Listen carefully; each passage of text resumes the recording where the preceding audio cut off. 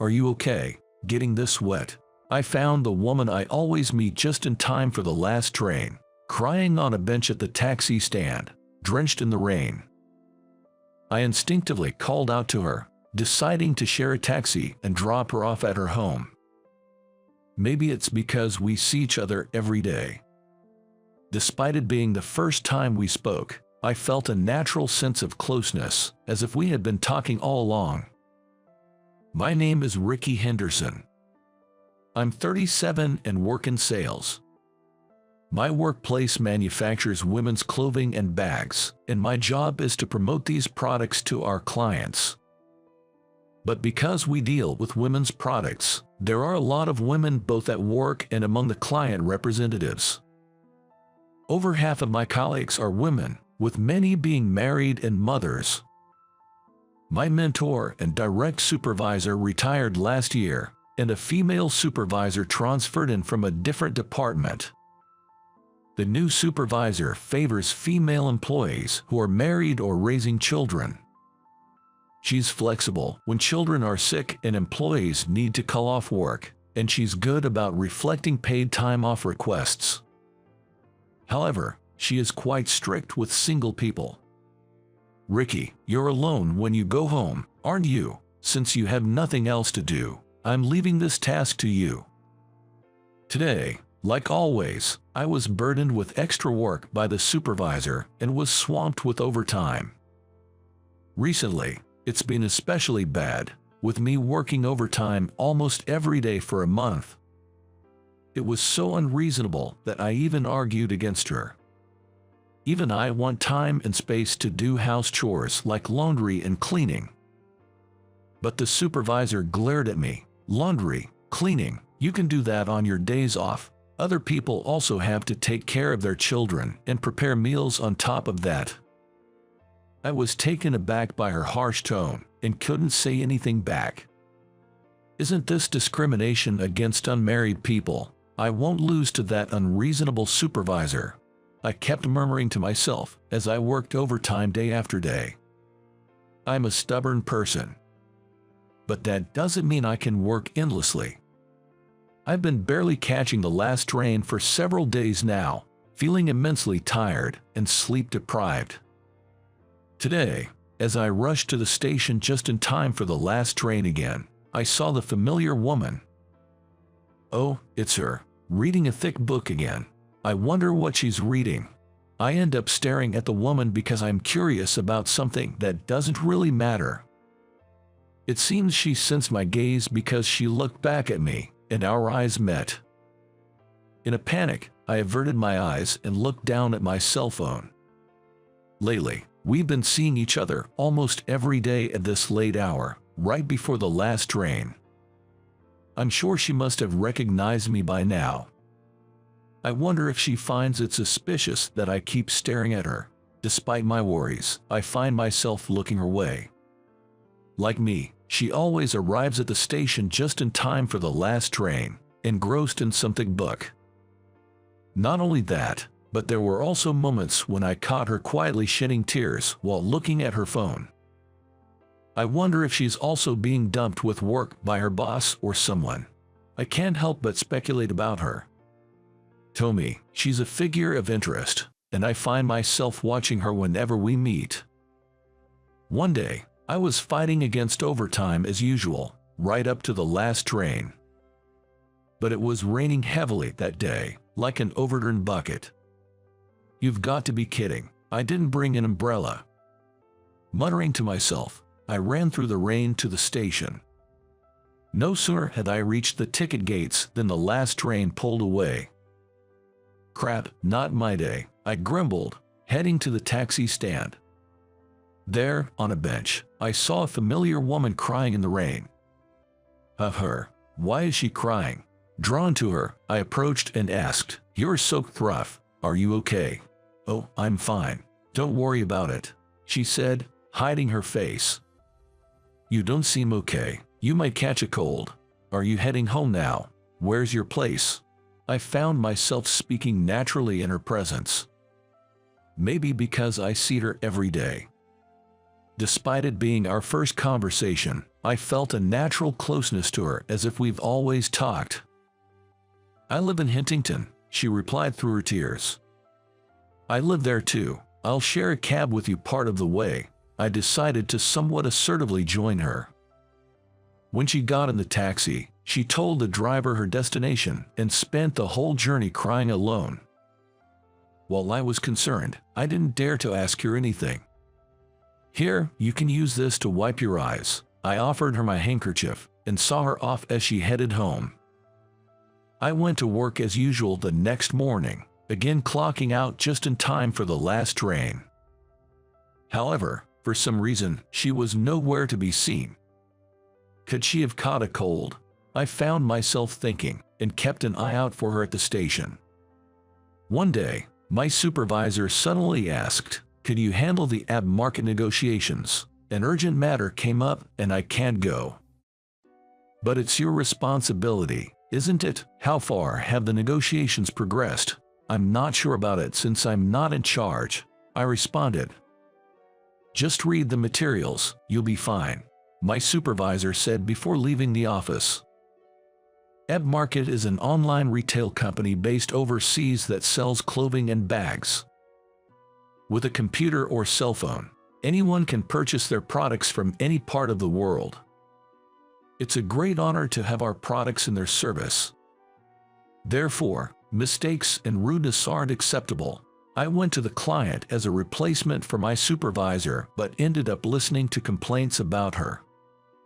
"That lady is always late with her responses, and her handling is careless. Our president is the same. Both of them are slow and really sluggish when it comes to work." The client's representative complained not only about my supervisor but also about his own president. The representative had been much more polite and kind when I had previously visited with my supervisor. But on this day, he was evidently irritated, and the negotiation ended without a deal. I gave up and decided to return to the office. As I walked out of the meeting room and into the hallway, I passed by the woman I'd shared a cab with recently. When I looked surprised, she also looked surprised and bowed, saying, "Oh, it's you. Thank you for the other day." Then, in a rush, she took out her business card and handed it to me, saying, "I apologize for not introducing myself sooner. I'm Emily, the president of Ab Market." "What, you're the president?" Taken aback, I handed her my business card in return. "I'm Ricky from BC Apparel. My father, who was the former president, fell 2 months ago, and things have been chaotic. I couldn't introduce myself sooner. I'm sorry." Emily, as she was now known, apologized again and then whispered softly, "I'd like to thank you for the other day, so if you have a free day, could you call me at the number on my business card?" No, there's no need for thanks. I didn't do anything special," I replied modestly, but Emily looked a little sad. "But I still haven't returned your handkerchief. Could you find some time for me?" Despite being the president, Emily seemed so timid and humble. Without thinking, I replied with a resounding, "Sure, I'll contact you again." Fast forward to a few days later on a Friday night. I had arranged to meet with the president of a client company at a renowned fine dining restaurant. The place was known for its high-end service and food. I had never been to such an expensive restaurant before. What's more, I had no idea that the woman I had been seeing at the station was the president of my client. I headed to the restaurant with a mix of surprise and shock. I was so nervous and didn't know what to talk about. Then, Emily, as she asked me to call her, broke the ice by saying, "I know we just got here, but would you mind listening to my problem?" "Go ahead. Please tell me anything," I replied in a surprisingly energetic manner due to my nervousness. I was an ordinary employee of my father's company before my father, the former president, collapsed 2 months ago from a cerebral hemorrhage. Then I was put in charge of the president's business. I listened to Emily's story and suddenly remembered her reading a thick book at the station just before the last train. "That's why you studied every day." I was satisfied in my mind and asked, how is your father? I asked Emily. His life is not in danger, but he's bedridden and can't move or speak, she said. I felt a cold sweat trickling down my back. I felt I had asked something I shouldn't have. She continued, my mother passed away a few years ago, and I have no one to rely on. The employees say I'm not dependable, and my relatives tell me I'm not cut out to be a president. I've been feeling down. Emily shared her troubles while wiping away her tears. Because they think I'm not reliable, my relatives are trying to set me up with a guy who runs a company in the same industry. They're suggesting I should marry him and merge the companies. Mergers, marriages. Do your relatives decide all those important things? I found it hard to believe what Emily was sharing. But Emily, wiping away her tears, said, my father can't speak, and I'm too timid to oppose my relatives. The man they've set me up with is very arrogant, and his harsh messages make me cry every day. I don't want to ruin my father's company, but I'm constantly worrying about what I should do. Her words reminded me of the time when I saw her crying at the station while looking at her cell phone. You shouldn't have to deal with work or marriage alone. You should firmly refuse anything you don't like. I gave her the best advice I could. Emily wiped her tears and gave a small smile and said, thank you. Just talking to you has made me feel a little lighter. Since that dinner, whenever we both had time off, Emily and I started to go out for meals together. I was worried about her and just couldn't leave her alone. I felt I wanted her to share everything with me, even her worries. When I talk to you, Ricky, I feel at ease, but I'm sorry. I keep complaining about my work every time we meet. Aren't you tired of it? Every time we went out to eat, Emily would check on my well-being before we parted. No worries, I feel trusted. And by the way, you don't have to speak formally. You can just talk casually with me. If I'm going to talk casually, Ricky, you should too. I'd be happy if we could become closer.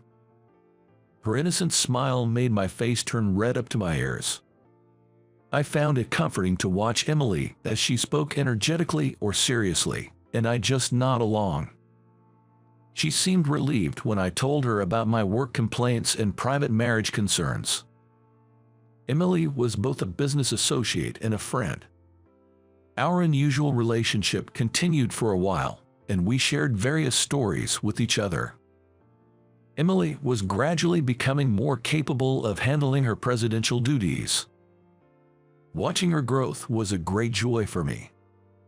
Today, I made my way to Emily's company again, pushing forward discussions with the person in charge. The president, who I thought had finally gotten the knack of working efficiently, is often seen smiling at her cell phone during work. Did she find someone special? She's so transparent. Now, I find myself able to hear these complaints about the president with a smile. Most likely, the reason Emily is grinning at her cell phone is because she's looking at the messages I've sent her. I found myself becoming more and more aware of how I should treat Emily, who was often perplexed. Emily, you shouldn't be looking at your phone during work. The person in charge is having a hard time. When I told her that during our dinner, her face turned red in surprise. Oh no, were the employees watching me? How embarrassing. Despite being the boss, I find it adorable how she has such unguarded moments. Ricky, you always see right through me, and you're always correcting me when I mess up. To her, who said this with a wry smile, I conveyed with a serious look. I like you, Emily. I want the person I like to be even more wonderful, even at work. Amidst her flustered and blushing state, I found her endearing and, once again with a serious look, expressed my feelings. I would like to support you not only in your professional life, but also in your personal life as your lover. She blushed bright red up to her ears and nodded, yes. That was the start of our romantic relationship, and it triggered my decision to transition to her company. I didn't switch jobs just because of my lover. I was already exhausted from the unreasonable demands of my previous boss and had been considering a job change. We're striving to support each other as good partners in both work and personal life. Fast forward a few years, we'd got married. As our life stage changed, I also stepped up at work. Now, as her executive assistant, I support and oversee my wife's work from the closest perspective. I want to support you throughout our lives, both at work and in personal life. When I say this, my wife responds with a smile. I'm glad to have met you. Let's support each other in both work and personal life. A woman I met at the subway station and had always been intrigued by. Now, as my dear wife and partner at work, I hope we can continue to support each other. How was that? Your channel subscriptions serve as motivation for our production. See you in the next video. My name is Robert Stanton. I'm a salesman at a company that's ingrained in the local community. This year I'll be turning 28, but this city isn't where I grew up. I left my hometown as soon as I graduated high school and made a beeline for this place. I'm genuinely thankful to the boss who hired a high school graduate like me and helped me grow into the man I am now. Back in the day, I had quite a reputation as a troublemaker in my hometown. You could say I was a bit of a wild child. I had a thing for motorcycles, and I was pretty darn good in a fight too. Or rather, I guess I just hated losing. After all, you can't lose a fight if you don't admit defeat. However, my wild antics definitely caused some headaches for my folks and teachers back home. These days, I'm all reformed and a respectable member of society. I don't go back to my hometown, but each time I reach out, I can tell my parents breathe a little easier. I've even started to send them a little money now and then. One day, after coming back from a client's place, I got a call from the boss. Apparently, he'd been waiting for me. I made my way to the boss's office, where the ever-white-haired man greeted me. I apologize for keeping you waiting. As I lowered my head in apology, the boss just smiled and said, "No problem." This boss of mine, he's one of the good guys and is well known even in this town. He's pretty invested in community development and knows a lot of folks. People come to him for advice on all sorts of things, not just work-related. And he's always been incredibly caring. Despite having no ties to him, he took me under his wing like I was his own son. I was motioned to sit on the guest sofa. As I sat down, the boss started to talk.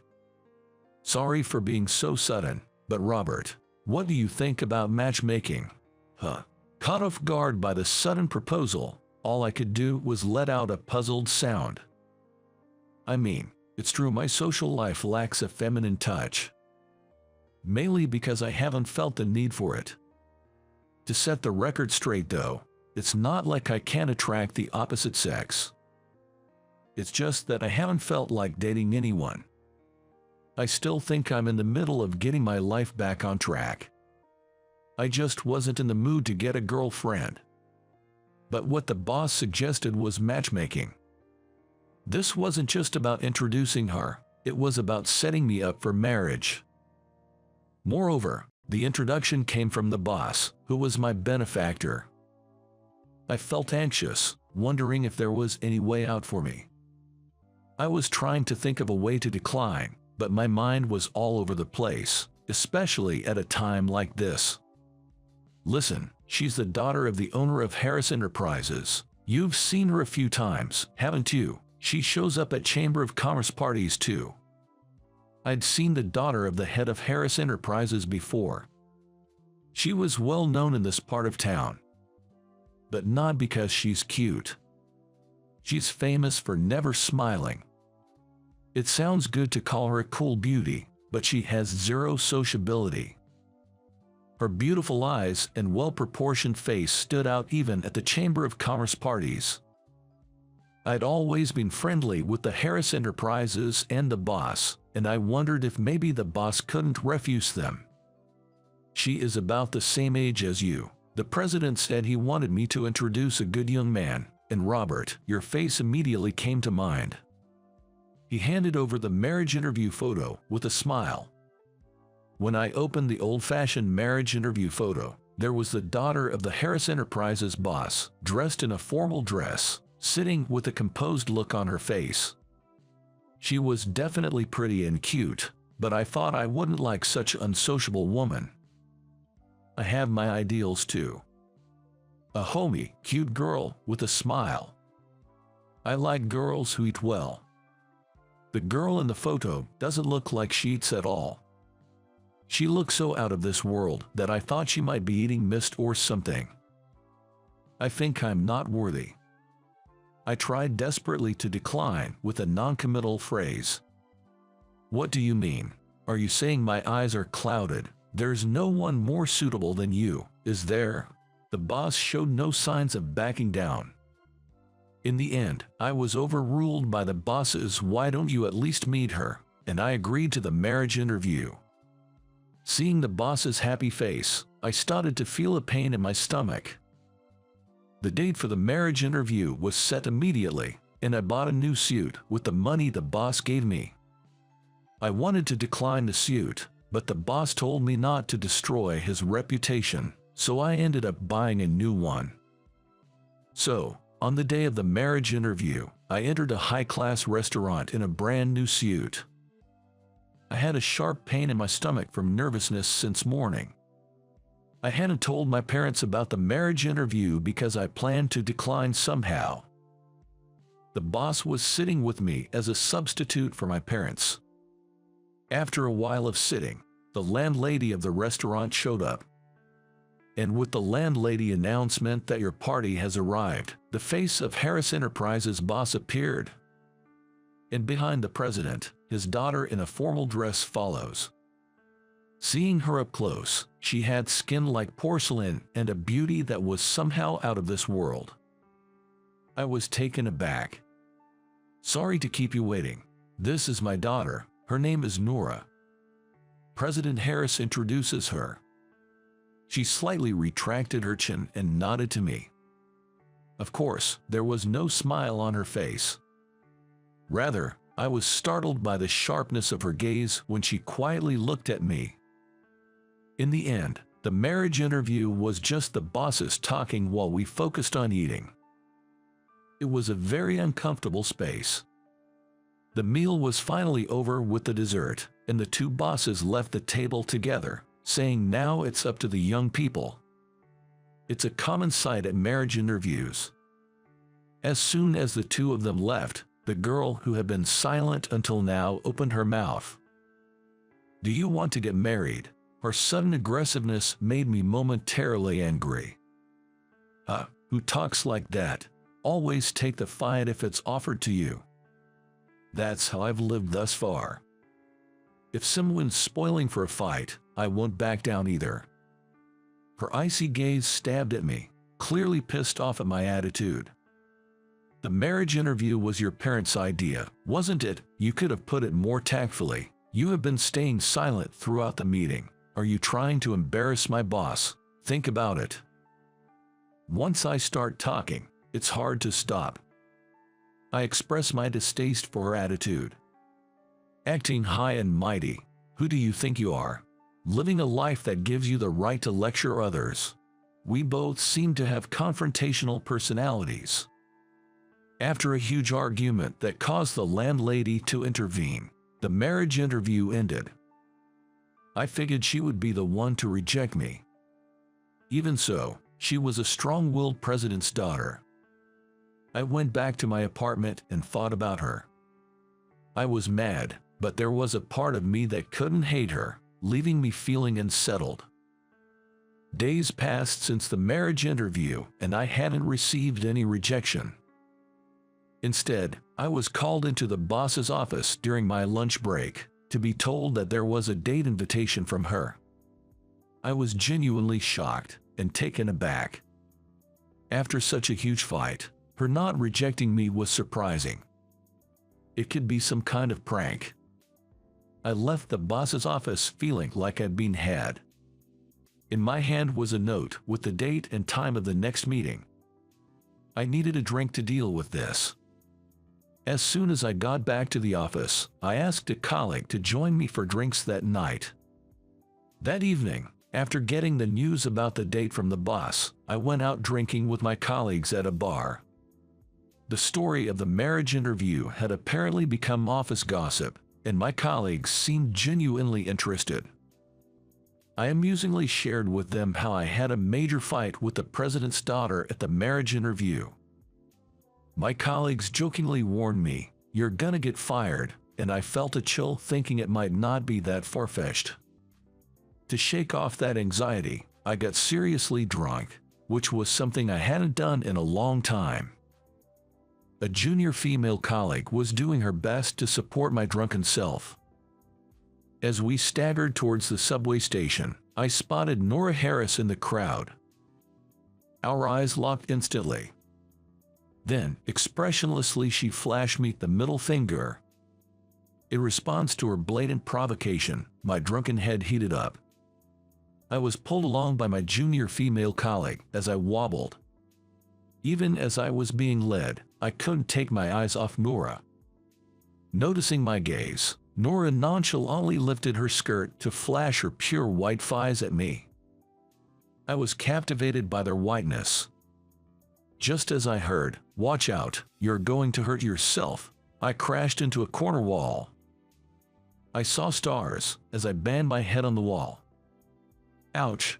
I crumpled over, clutching my throbbing head that I had hit hard. Out of the corner of my eye, I saw Nora grinning wickedly. What the hell? I can't help but grumble to myself, she can smile after all. However, strangely, I didn't feel angry. I found myself starting to enjoy Nora's audacious personality. The date that I was dreading somehow became something I was looking forward to. On the day of our date, I still had a bandage plastered on my forehead. Despite this, Nora's expression didn't change at all. As soon as we sat down side by side on a park bench, Nora repeated the words she had said during our initial meeting. "Do you actually want to get married?" Hearing the same phrase again, I felt there was a catch to this matchmaking. I thought that she might have a compelling reason to get married. "If there's a reason, I can help. Would you mind sharing it with me honestly?" She looked at me, her eyes wide with surprise. From my serious expression, she understood I wasn't joking. After a deep breath, she began to speak. This marriage interview, it seems, was something she had requested to her father. Apparently she wanted to prove herself to Tom. She had been in a long-term relationship with her first love.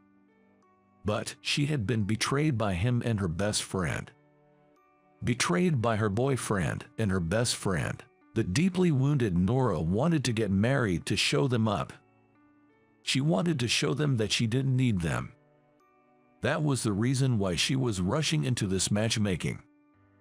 Her story left me a bit flabbergasted, but I also felt sympathy for her being betrayed by people she trusted. Being left alone suddenly is hard. I am a daughter of a president, so it'd be like you're marrying up, right? I'll also treat your parents well. If you want, we can even divorce when it suits you. Her face was dead serious as she desperately tried to persuade me. I guess she's this desperate because she still can't forget her first love. Suddenly, I find myself feeling a strange affection for her. So much for her cold beauty persona. Isn't she just a girl who can't forget her first love? I wouldn't mind going out of my way for her. After hearing her whole story, I found myself thinking like that. All right, I'll do it. Let's get married. At my response, her face lit up. Thank you. A faint smile played on her lips as she held back her tears. The disbalance in her expression was so beautiful that I found myself at a loss for words. It just hit me how sudden moments that capture your heart can be. The talk of marriage moved ahead swiftly. After all, Nora, wanted to get married as soon as possible. When I reported my plans to marry to the boss, he was happier than when his own son got married. "I want to pay a visit to your parents," she said. When I was about to start looking for a wedding venue, Nora said so with a serious face. I haven't been back to my hometown or my parents' house in a long time. For me, my hometown was a place I had essentially abandoned. Only embarrassing memories remain. I was a little afraid to take her back to such a place. I didn't want to deliberately show her parts of myself that I disliked. But she said, it's a necessary step, and wouldn't take no for an answer. In a way, she almost forcefully decided on my return home. When we actually got there, I was surprised to find everything looking so familiar. The family home I so disliked returning to now felt incredibly nostalgic. Seeing my parents again after a long time, they had aged more than I imagined and looked noticeably smaller. My mom teared up at the sight of me, and when I introduced Nora as my future wife, she sobbed. She was overwhelmed with joy.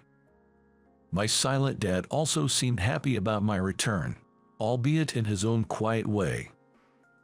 After the greeting with my parents, I took her to something she had insisted on seeing during our visit. I led her behind the family's barn. There, her eyes lit up and she exclaimed, "This is amazing. My motorcycle was just left out there, next to the barn." Surprisingly, she loves motorcycles and has a license for large ones. She'd heard about me riding a motorcycle in my student days and had asked to see it. It's not a big one, but it's a bike I cherished. She stared at it for a while and then said thank you. After that, I decided to show Nora around the neighborhood. "So, this is where you grew up?" Looking down on the river from the embankment, Nora said with deep emotion. Compared to the city where she grew up, this must have seemed like a peaceful countryside. Everything might be new to her. After deciding to get married and meeting a few times, Nora's expression gradually softened. She would even flash a small smile at me. If we build a home together, will she smile more? As I thought about creating a warm home, I felt a bit foolish. She's marrying me not because she loves me, I remembered. But I guess it's okay because I'm in love with her. "Hey, is that you, Robert?" A hoarse voice called out to me, probably from too much drink. Turning around, I saw an old friend from my rebellious days, Steve, looking at me with a surprised expression. On either side of Steve, young punks still in their prime were standing by. It seemed Steve couldn't manage to reform himself after all. "Yes, but who are you again?" At my reply, the heat in the room instantly surged. I figured he was a mate from my reckless past, but his features had changed so much I couldn't recognize him. The signs of a rough life were etched onto his face. "You think you can just waltz back here after all this time, acting high and mighty like the old days?" He glared and threatened me, but I wasn't scared in the slightest. My only worry was whether my girlfriend who was with me would be in any harm. As we locked eyes, Nora peeked her head out between us. "So it's true you were a badass?" she said, starting to laugh, clutching her stomach. Seeing her laugh so freely, both Steve and I were taken aback, losing momentum. "Who's this you're with?" "She's the woman I'm going to marry." "I see." Just like that, a peaceful expression fell over Steve's face as he looked at Nora. "It seems like your life has been moving on just fine." Hearing that, I remembered clearly who this guy was. The moment I realized, I froze on the spot. He was my ex-girlfriend's brother. I wanted to say something, but the words stuck in my throat. and I couldn't get anything out. While I was frozen in place, he gave Nora a gentle pat on the shoulder and smiled.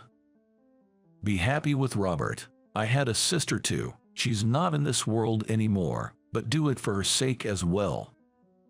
Leaving those words behind, he started to walk towards his car parked under the levee. The way he slouched slightly as he walked looked like a testament to the past he was carrying. As I stood there in a daze, Nora took my arm and smiled. "Should we go visit your ex-girlfriend and your buddy?" At her words, I shuddered. I wondered how she knew, my mind spinning. I left my hometown because of a motorcycle accident. I loved motorcycles since my rebellious days, and in my youthful folly, I thought reckless riding was cool.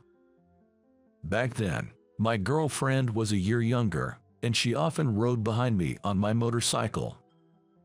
The night of the accident, I was at the police station because of a fight I got into during the day, along with my parents and my school teacher. When she heard I was taken to the station, she panicked. She was riding on the back of my buddy's bike to accompany me up from the station when the accident happened.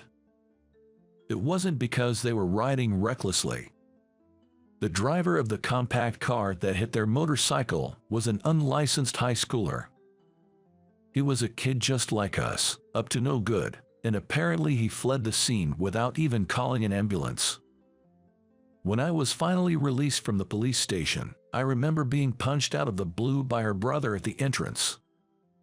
When I finally saw her and my buddy in the cold morgue, I couldn't even cry. I was left in a state of utter disbelief, emotionless, unable to do anything but gaze at the two of them. Afterward, as soon as I graduated, I left my hometown. I left everything behind, including my home, to start afresh. To my surprise, Nora seemed to know all about this.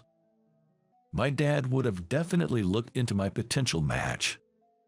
She said with a hint of regret. It made me wonder, knowing all that, why she would agree to this matchmaking. Knowing my past, how did this match even happen? By all accounts, I was a nuisance, wasn't I? Did her father not consider the harm it could do to his daughter? Times change. My dad understands that, and so do I. She retorted, sounding a bit upset. I scratched my head, realizing the depth of Nora's father's understanding. Perhaps being raised by such a parent is what made Nora as compassionate as she is. Let me meet her and his best friend. For the first time, I visited the graves of my ex-girlfriend and best friend. Nora stood next to me, her hands folded in silent prayer. When I asked her what she'd been talking about, she said, "I was informing them about our marriage," with a chuckle. I declared that I was taking Robert. With a serious face, Nora walked ahead, leaving me stunned. She turned back and reached out to me. I took her hand. We held hands for the first time. Her hand was slightly sweaty, perhaps from the nervousness. Her face was calm as always. When I gently swung our hands, she looked down and gave a small, shy smile. Her shy smile was endearing. I wished she could open up to me sooner. And so, we walked hand in hand down the Sunset Road, lost in thought. 6 months after greeting my parents, we were finally on the eve of our wedding. Nora was still a grad student and surprisingly, busier than I was with my job. "You're free to do what you want on your last night as a bachelor, you know," Nora told me at the cafe we were meeting at. My coworkers had invited me for drinks, but I wasn't particularly excited about my last bachelor's night. I was a little worried that Nora might get cold feet at the last moment. Nora, unaware of my feelings, seemed slightly upset.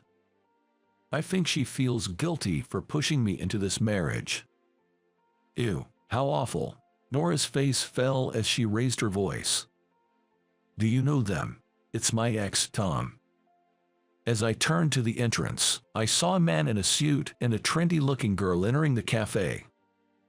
When the man spotted Nora, a distasteful grin spread across his face. He walked straight over to our table. "Long time no see. So, you're getting married, huh?" He talked as if we were close, but his eyes weren't smiling. He was a good-looking guy, but there was a hint of danger about him. "Tomorrow is our wedding. It's a small ceremony for my family only. This is Robert. He's going to be my husband." Nora introduced. I gave a slight bow and muttered a quick hi. The man looked down at me as though I was something disgusting. The girl with him looked anxious. "So, you're being shipped off to a husband so soon. Is this an arranged marriage, or just a move to get back at me?" Pathetic. Despite his provocative words, her expression remained unchanged.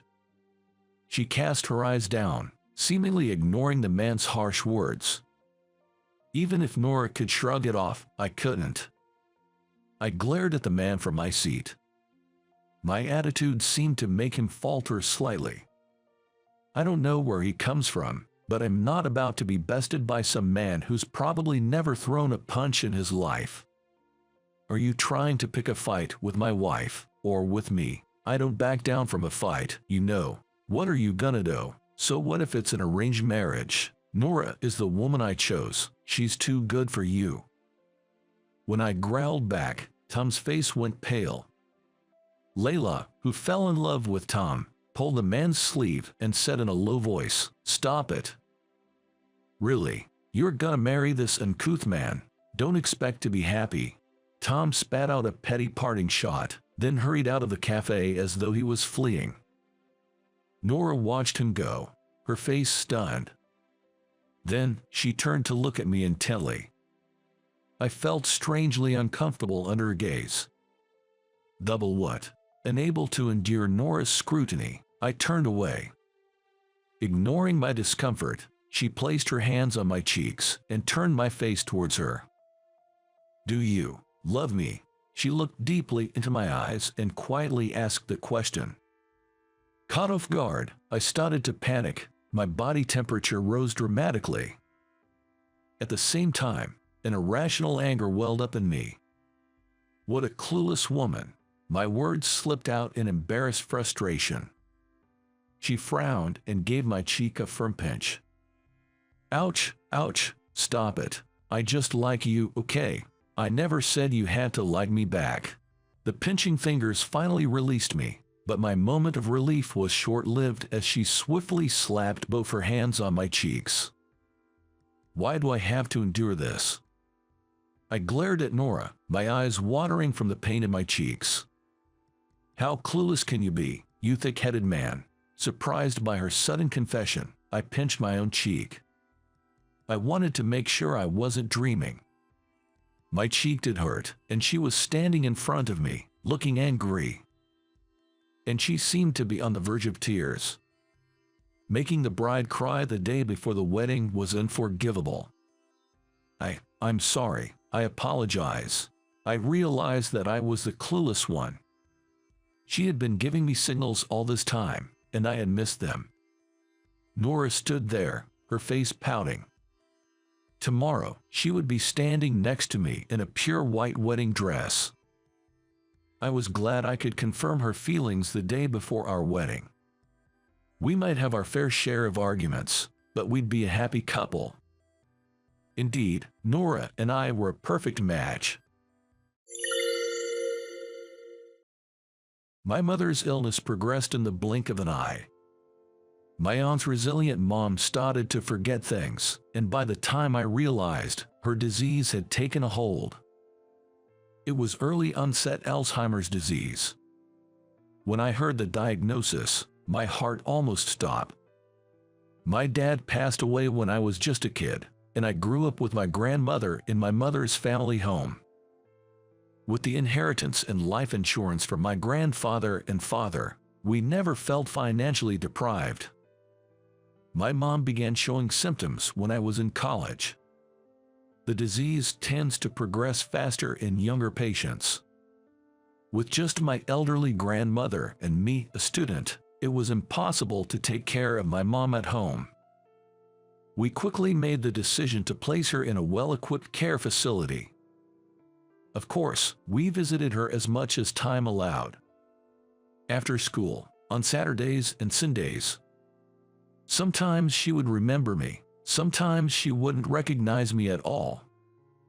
Visiting Mom was both a joyful and painful experience. During those days, I noticed that fresh roses were always displayed in her hospital room. Roses were her favorite flower. At first, I thought someone might have visited her. However, fresh roses were always present in her room, no matter when I visited. Today's roses are called Comme de Chambord, aren't they beautiful? That day, my mother seemed to be in a good mood, cheerfully greeting me. Casually arranged in a vase by the window was a rose, the cream color of which intensified towards the center of the flower. It was a variety of rose I had rarely seen before, and its beauty captivated me. "Look, that girl brings them," she said, looking out the window. There were two women standing there. "Do you remember her, John? That girl, that girl," she repeated, but I didn't recognize the women outside the window at all. I thought that her memory was once again shrouded in fog, moving between the past and present, reality and dream. I understood that was the world my mother was living in. Afterwards, I put my dozing mother to bed and left the hospital room. My name is John Snyder, and I am 32 years old this year. My mother was diagnosed with early-onset Alzheimer's disease about 2 years after I started working. Towards the end, my mom could no longer recognize me. Still, I still remember how happy she smiled when I showed her our wedding photos. My wife, Isabella, was introduced to me by my mother. Isabella was a volunteer at the nursing home and always brought roses for my mother during her visits. It was then that I noticed and decided to approach her. I fell in love with Isabella at first sight. Isabella was also a model for a popular magazine, and her radiant beauty was immediately noticeable. To be honest, I was so stunned by her beauty that I lost my words after I approached her.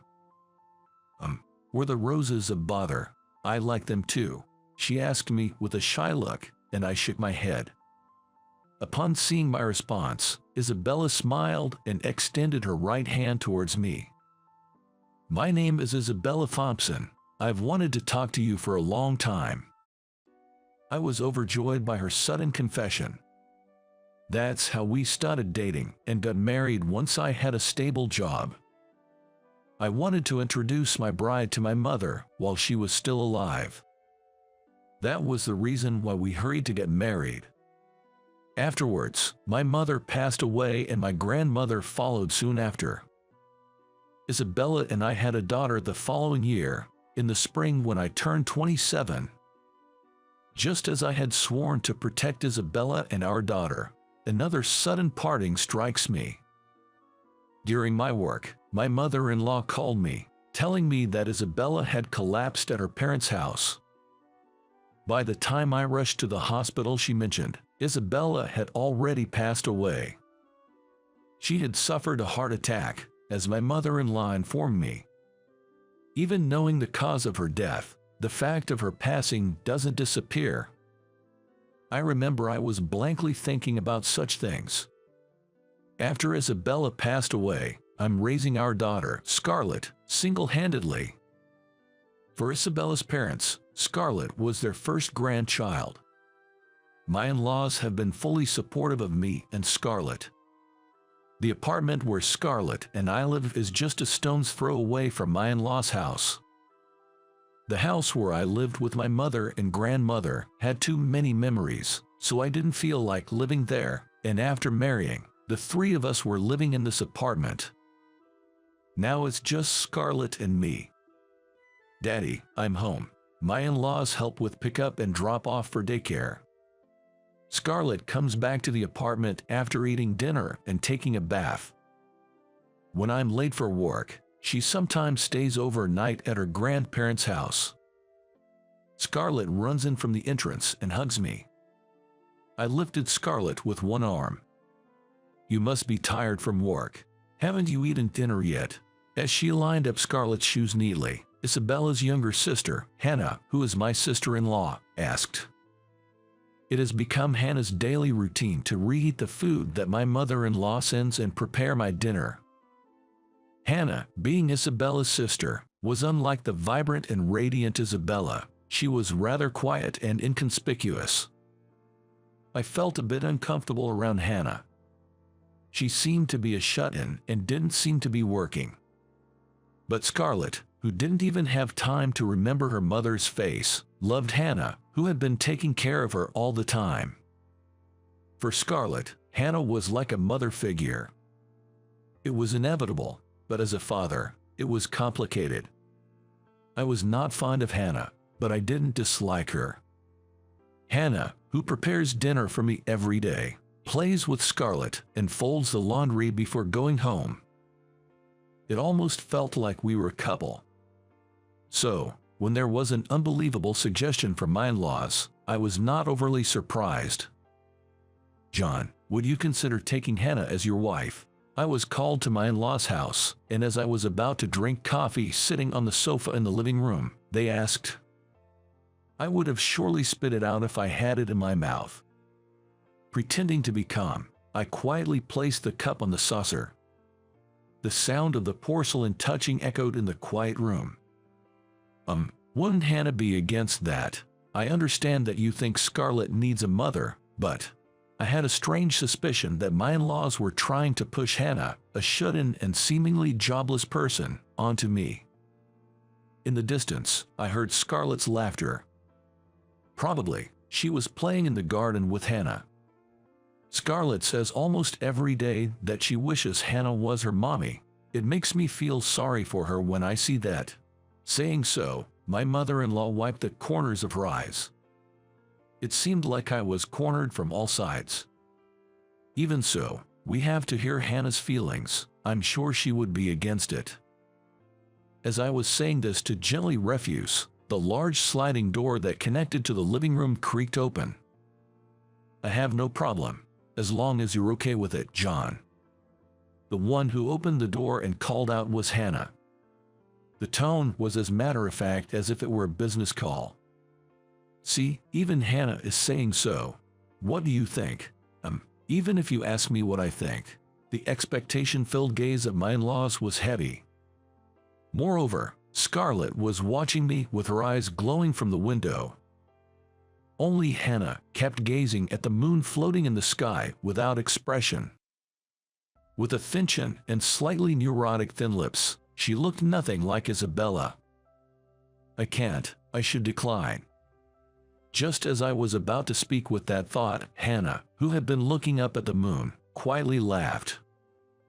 Under the moonlight, her pale skin seemed to be reflecting. A quiet beauty that seemed to emit a fragrance. It was a smile that made me feel as though I'd discovered one of Hannah's secrets, unknown to anyone else. It reminded me of the scent of the roses I once smelled in the garden my mother made. It was as if the scent was wafting over from Hannah. I was caught in such an illusion. I think I want to think about it a bit. These were the words that slipped from my mouth, even though I intended to refuse. Even I had answered unconsciously. My in-laws breathed a sigh of relief and repeatedly bowed their heads to me, saying, "Thank you." Hannah, the person in question, looked at me with a slightly surprised expression for a moment. "Thank you in advance." All I could do was feel embarrassed and scratch my head at Hannah, who had deeply bowed her head. The trial period before marriage had begun. Living together as three in the apartment was difficult, so we moved to the separate building of the house in my in-laws' property that Isabella and I were planning to move into. My father-in-law is a businessman who greatly expanded the company his predecessor created and is a wealthy man, owning much of the land in this area. Isabella was the lady of that house. The in-laws' property is wide, with two separate buildings in addition to the main house. I still haven't fully grasped the full extent of the city. The guest house was built in the style of the early 1930s, inspired by the distinctive homes of the 1920s. It was a blend of traditional American and European architectural styles, conjuring a nostalgic vibe. Since I was planning to move in with Isabel at the time, it had been somewhat refurbished. The move took place immediately, and my peculiar premarital cohabitation with Hannah began. Scarlett was always laughing happily, happy to be with Hannah all the time. With anxiety, I began my life with Hannah. Once we started living together, I noticed many things on a daily basis. For example, about Scarlett. I thought that Scarlett was more attached to Hannah than anyone else because Hannah was spoiling her more than anyone else. In fact, she scolds her when necessary, praises her when necessary, and laughs together with her, being silly. I was surprised to see that she was properly disciplining Scarlett. The same was true with cooking. I thought my mother-in-law had brought me the food she made. The dinner I ate every night was made by Hannah. She quickly added one more dish with leftovers and effortlessly took care of other house chores. As I realized that Hannah, who seemed expressionless, was actually expressive, I became attracted to her. I thought it was quite blunt of me, but I couldn't stop my honest feelings. That's how comfortable life with Hannah was for me, surprisingly so. Even though we were living together with marriage in mind, our bedrooms were separate. Hannah said she couldn't sleep if she felt someone's presence. Because of such circumstances, it took me a while to notice Hannah's secret while living together. One early morning, I woke up to the sound of the front door opening and closing. When I slightly opened the curtain to check outside the window, I saw Hannah walking towards the back of the yard. I put on a hoodie over my pajamas and quietly followed Hannah. Hannah kept going deeper into the property. That's unknown territory for me. After passing through the grove of trees, I could see an old wooden fence in front of me. The land surrounded by the wooden fence didn't seem that wide even from outside. Hannah opened a small wooden gate in the corner of the fence and walked inside. It was early morning, still dim and chilly. In the cool air, I felt a familiar scent. Unable to resist, I followed Hannah and peeked through the slightly open gate. An incredible scenery was spread out before me. Just as I imagined, the area within the fence was narrow. But in that small space, a myriad of flowers were blooming splendidly. At the end of a tiny path, there was a quaint little gazebo. I walked through the arch of climbing roses just inside the gate and stepped into the small garden. "Hut John, what brings you here?" Hannah turned around from where she had been looking at the roses. "I saw you leaving the house. What's this place? I had no idea this garden existed." I looked around at the garden full of blooming roses and marveled at them. There were many types of roses, ones climbing up obelisks, ones growing in bushes, and ones in pots. Small herbs and flowers were blooming around my feet. Looks unplanned yet thoughtfully cultivated. That was the garden we were at. I received this land from my grandmother when I was a little girl. She told me to grow it however I wanted. Come to think of it, I recall Isabella mentioning Hannah was very close to her grandmother. She even missed our wedding because her hospitalized grandmother couldn't attend.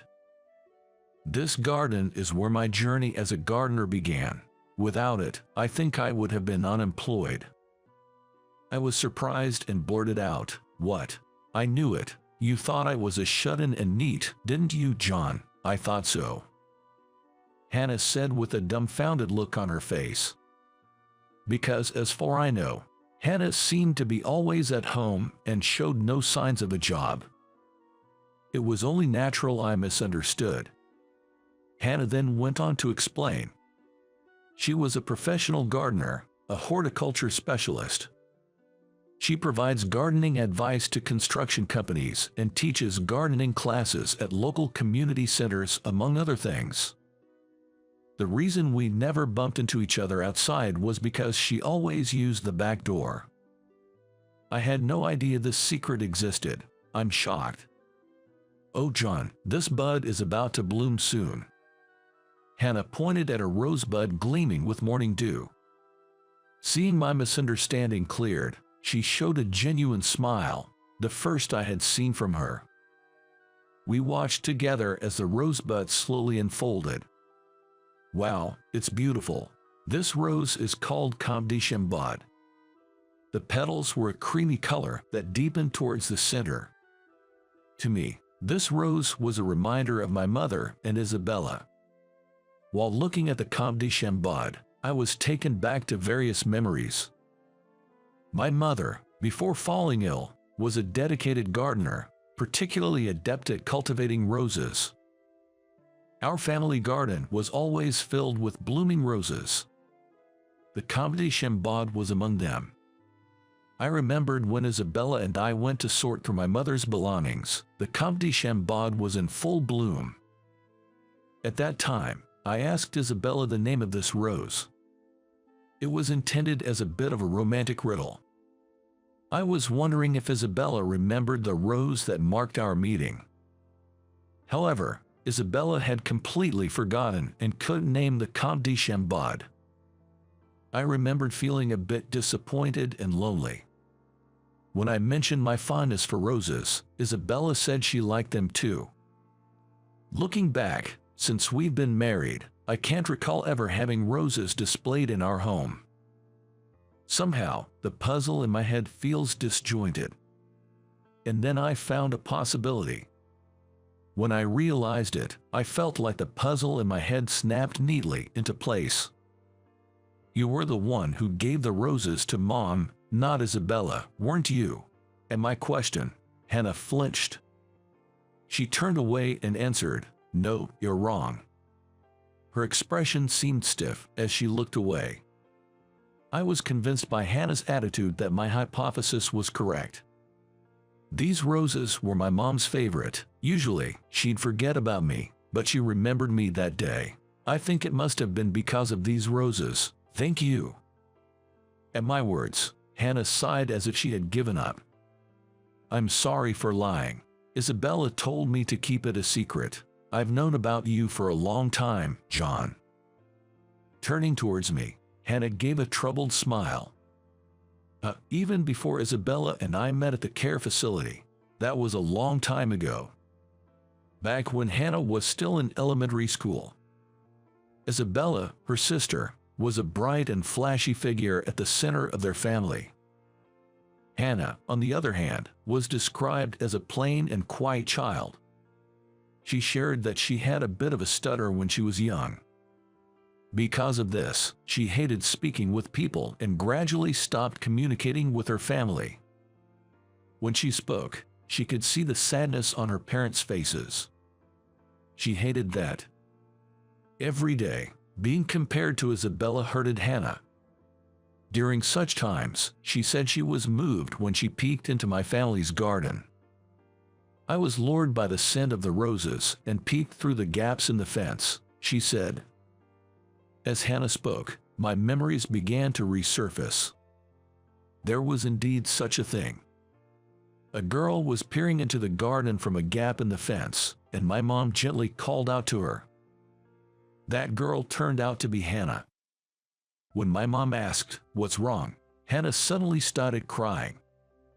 Like she was spilling a secret she couldn't tell her family, expressing her dislike for her talentless self and her desire to disappear.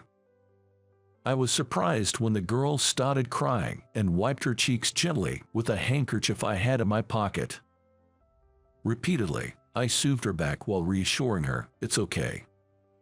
I have something special for you. Nurture it with love. It will surely respond. When this rose blooms, your heart will also become rich and filled with joy," my mom said as she handed over a small potted rose.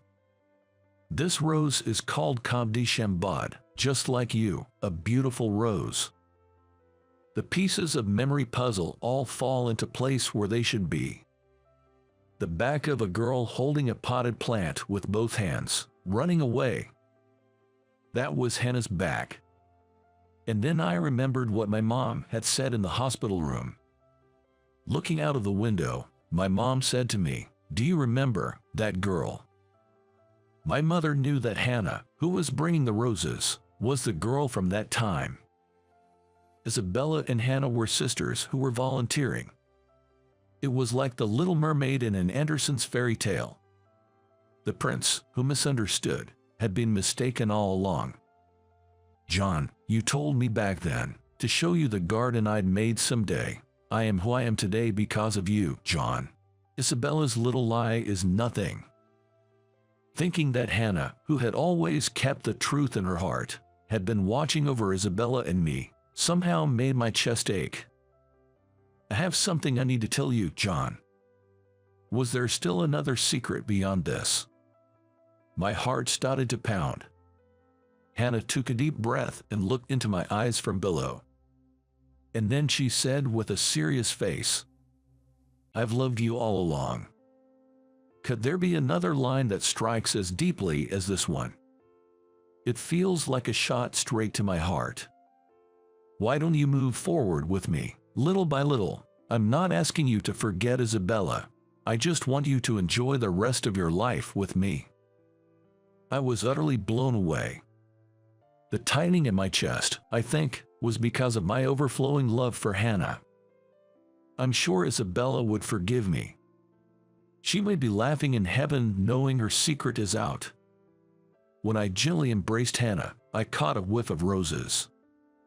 6 months later, Hannah and I had a small wedding. A garden wedding in Hannah's secret garden. Surprisingly, it seemed to be the first time my in-laws had set foot there. They were left breathless by its beauty. Hannah, the bride, wore a dress not of pure white but black. Hannah chose it because Isabella wore pure white. I thought it was a choice very much like Hannah. Scarlett, as a flower girl, carried the long veil with a gleeful expression on her face. I remembered Scarlett asking Hannah repeatedly before the ceremony, "You're going to be my mom, right? I'll make you very happy." Hannah hugged Scarlett and repeated her promise. I had never seen such a tender scene. Surrounded by the scent of roses, I took my first new step. Beside me were Scarlett and Hannah. Isabella in heaven would surely protect us. "This garden you've created, it's truly beautiful." I told Hannah what I had always wanted to say. Hannah nodded happily in response. "How was it?" Your subscription to the channel would be a great encouragement for us. See you in the next video. My name is Albert Harrison, a 29-year-old office worker. If there's anything that sets me apart from others, it's that I'm a wheelchair user. I began this wheelchair life due to an injury I sustained while mountain climbing back in my student days. Many people tell me that there is no way I want to climb the mountain again after the injury, but I still do. Currently, I'm totally into free climbing. I work in a factory of a major metal processing company. I have no complaints about my working conditions, and I have a good relationship with everyone. I often think how blessed I am to be surrounded by such people. I thought I would always be in this factory, but a sudden transfer order came to me in spring. I was ordered to work at the head office. This surprised everyone in the factory, including the factory manager. It seems that the upper management wants to highlight the company's image of actively hiring people with disabilities. Though it's quite annoying to be shuffled around for such reason, I'm an office worker. It's hard to go against the directives from above. So I left the factory I was familiar with and transferred to the head office where I didn't know anyone. I was transferred to the General Affairs Department of the head office. As I thought, it was a position allocated for disabled hiring. You could tell from the arrangement of the desks on my floor that they made various adjustments to accommodate me. The CEO directly told me, "We'll improve anything that makes you uncomfortable," and I became determined to contribute for the wheelchair users who will be employed in the future. "Nice to meet you, I'm Cindy Miller. I'll be your mentor until you get used to the head office," said a cute woman who looked like a small animal, extending her right hand. "I can do most things on my own, but when I need help, I hope you can assist me." When I said this, she replied, "Yes," with an energetic response. I felt slightly less tense, thinking that I might get along well with her.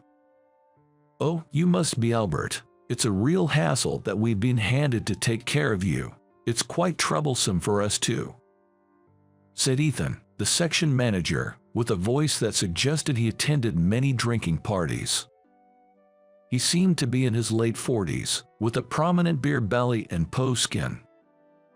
My first impression was that he seemed unhealthy. I was so taken aback by his appearance that I didn't even realize the extremely rude comment he had made. "I'm Albert, nice to meet you."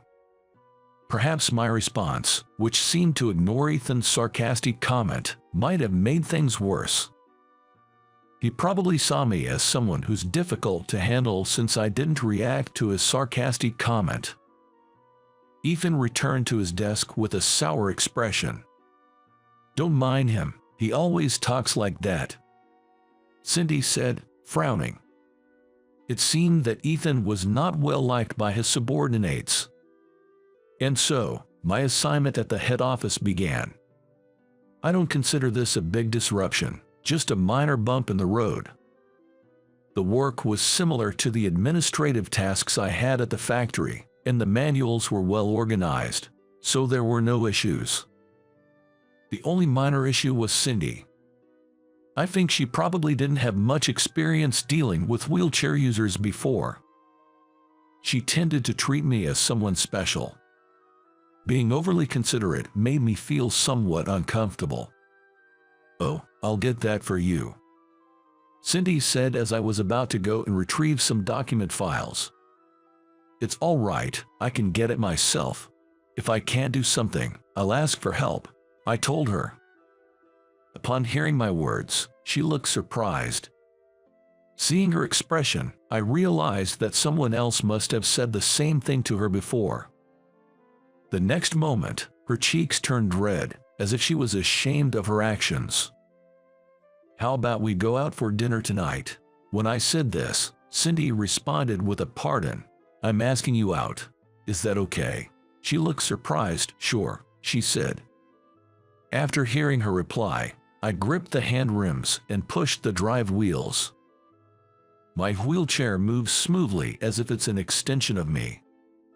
At the filing cabinet, I turned back to the desk and saw Cindy looking worried. I gave her a small wave, "I'm fine" gesture. After work that day, I asked Cindy out for dinner. "You know, I commute by car. Would you walk with me to the parking lot?" We agreed to meet at the company's main entrance. She was waiting for me, looking a bit anxious. In my wheelchair, I naturally look up to her from a lower viewpoint. She had a different shade of lipstick on than she usually wore at work. She must have retouched her makeup. I was a little fascinated by the slight change in her profile. Not that I'm easily smitten. She's just that captivating. "So, you drive?" "I've got a driver's license, but never drive," Cindy said, blushing. She wears her emotions on her face. She's a candid person. I can't help but find that appealing. "Oh, you two are going out. Can you find a place where Albert can enter? You'd be up all night just looking for a place." Ethan, the department manager who happened to pass by, laughed out loud and made a sarcastic remark. "He's always like this. Not just to me. He often says rude and discriminatory things to his subordinates. He passes his own failures onto his subordinates and acts innocent." Ethan, who is the CEO's son-in-law, can be impolite and incompetent, but no one can say anything to him, as my coworkers told me. Sorry to worry you, Ethan, but I've researched places that are accessible for a date.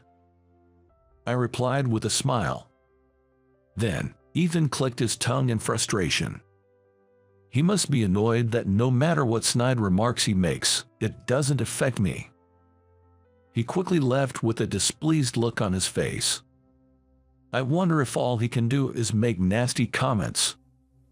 Cindy stuck her tongue out in disgust at Ethan's retreating figure. I was more intrigued by her cute gesture than Ethan's snide remark, and it made me smile a little.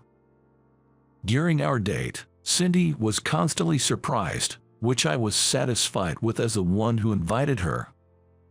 When I was getting in the car, she tried to help me fold my wheelchair.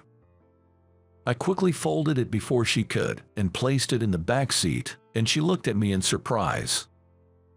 The same happened when we arrived at the restaurant. She was surprised seeing me set up the wheelchair and transfer myself. You really can do anything. Most things, yeah, but there are things I can't do. And what do you do then?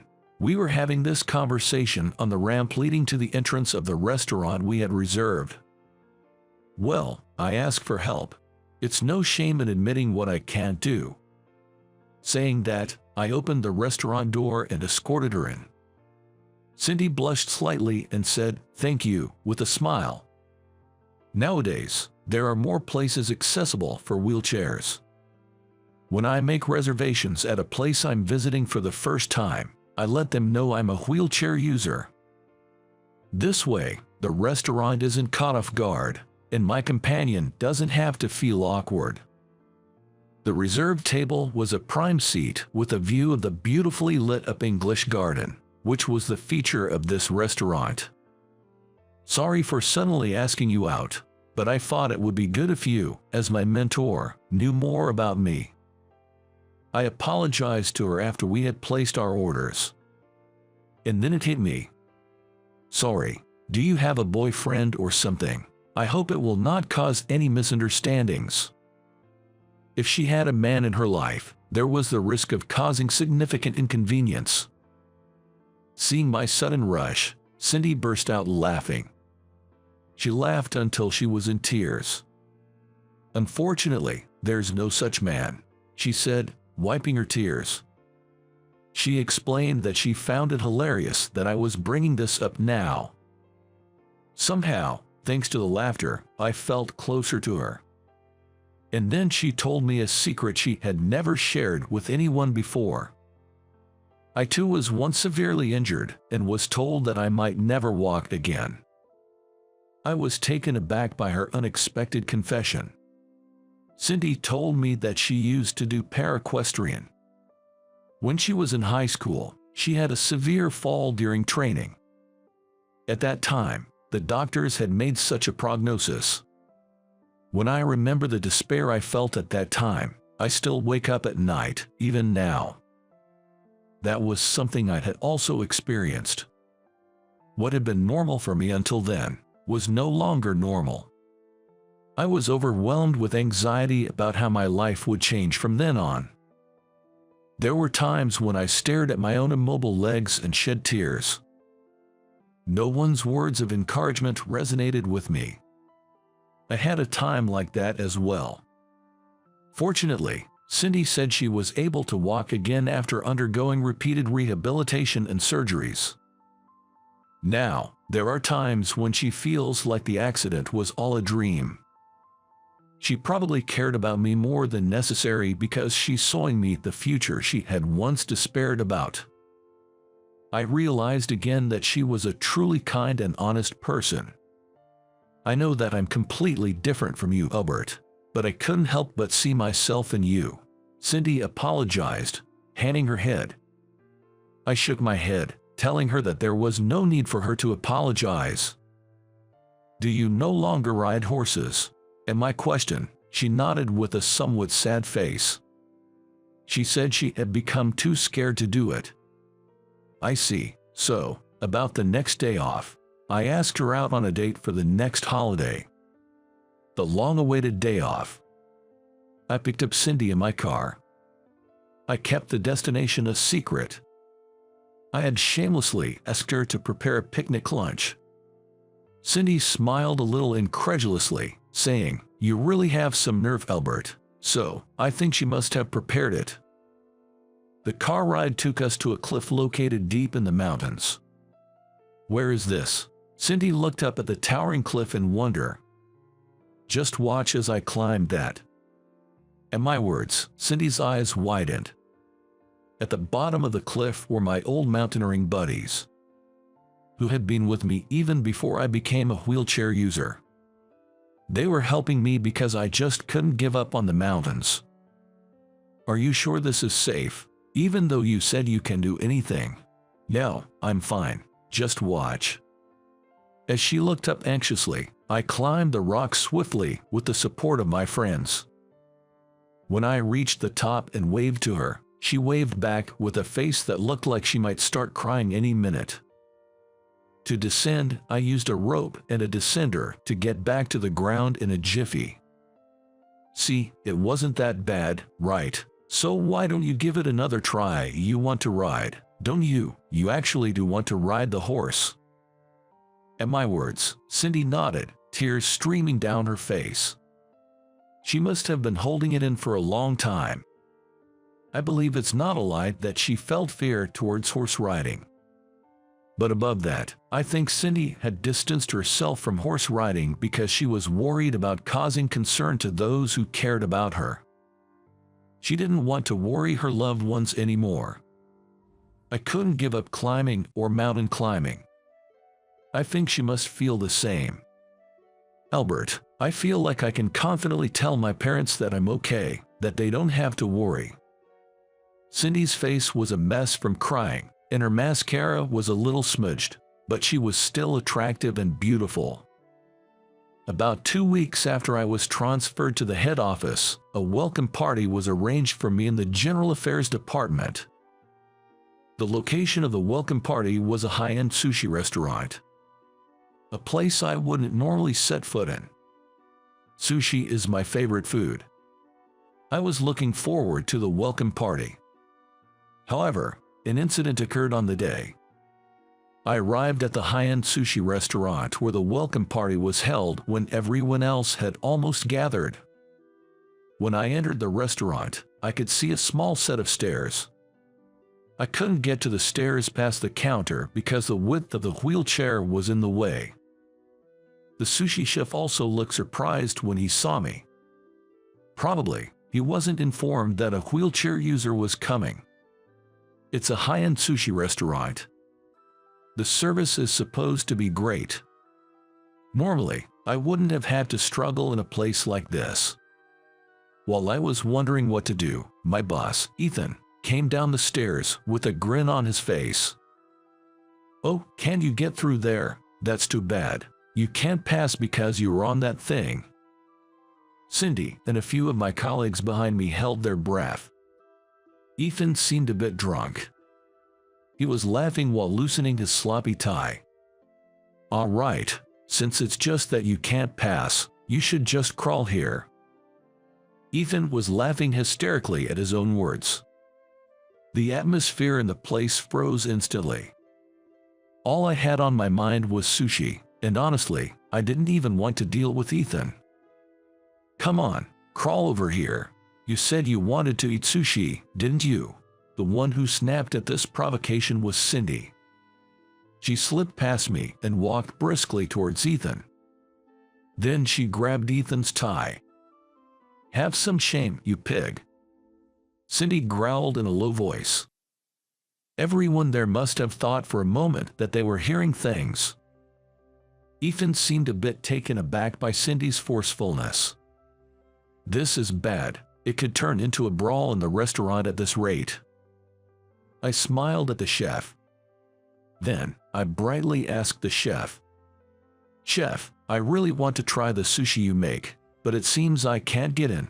Can you please prepare a special sushi roll for me to take out?" The chef rolled up his sleeves and said, "All right, leave it to me." Cindy shook off Ethan's tie as if she were throwing away something filthy and said, "I want one too, please." Cindy and I left the welcome party venue with the special sushi the chef made for us. From what I heard from my colleagues, the welcome party without me, the guest of honor, felt flat and was as quiet as a wake. Everyone seemed to be glaring at Ethan while stuffing their faces with delicious sushi. I felt a bit apologetic, but everyone said they enjoyed the sushi with a smile, so that put my mind at ease just a little. Cindy and I left the sushi restaurant and ate our sushi in a nearby park. Cindy, angry as she was, popped a piece of sushi into her mouth with a swift, impulsive gesture.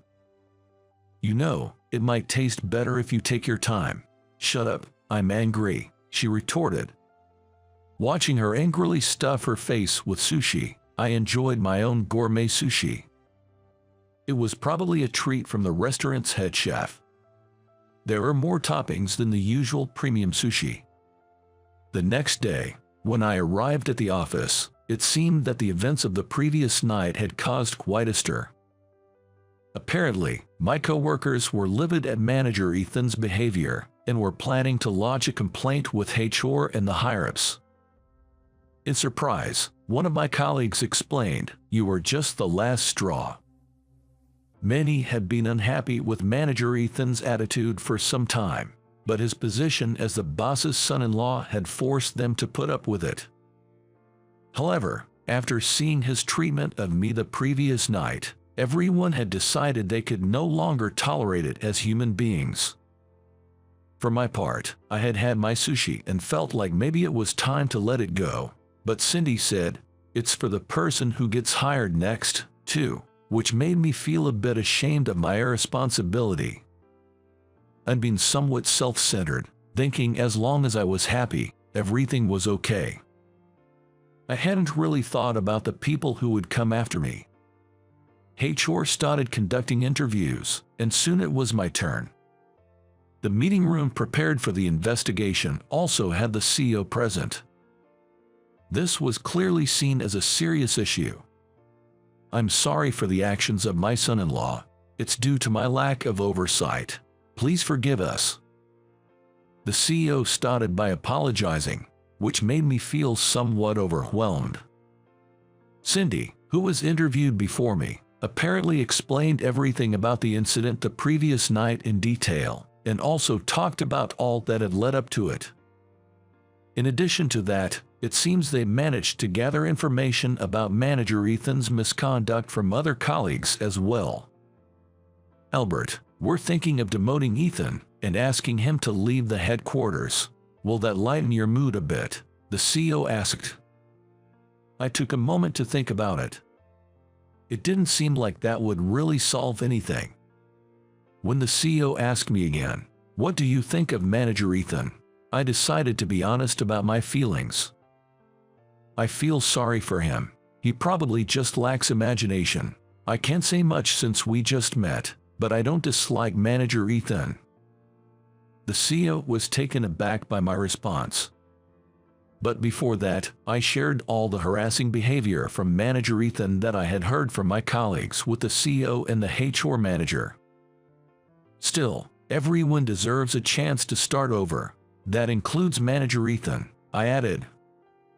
I assured the CEO that I believed Ethan would change his attitude after this whole mess. Though I am single, Ethan has a wife and children. He has a lot to protect. Please give him a chance. With that, I bowed to the CEO. "I'm touched by your generosity.